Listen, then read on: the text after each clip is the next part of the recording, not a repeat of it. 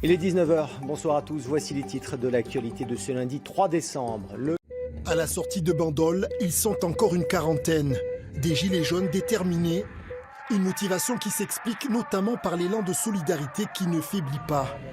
Cet entrepreneur varois vient fournir gratuitement du bois, de quoi se chauffer car ici, le soir, il fait à peine 4 degrés.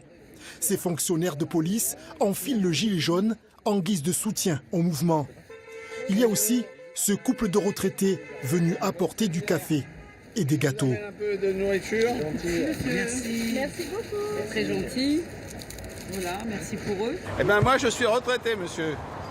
Et moi je suis d'accord avec les gilets jaunes. C'est pas possible, on nous prend trop de taxes.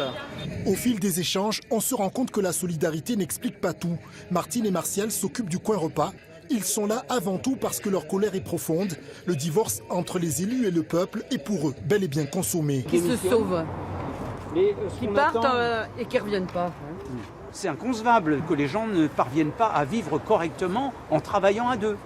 Mais alors, comment renouer le dialogue quand la légitimité des représentants des Gilets jaunes reçus par le Premier ministre n'est même pas reconnue? Lui, il ne veut pas lâcher, mais il va tomber sur plus dur que lui, parce que lui, il est seul, et nous, on représente le peuple français, la voix du peuple français.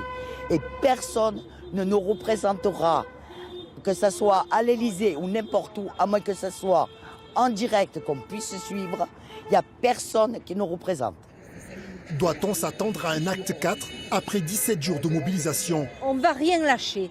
C'est-à-dire qu'ici, on prépare Noël au péage de Bandol, tout simplement. À Bandol, d'autres rassemblements sont prévus dans la semaine.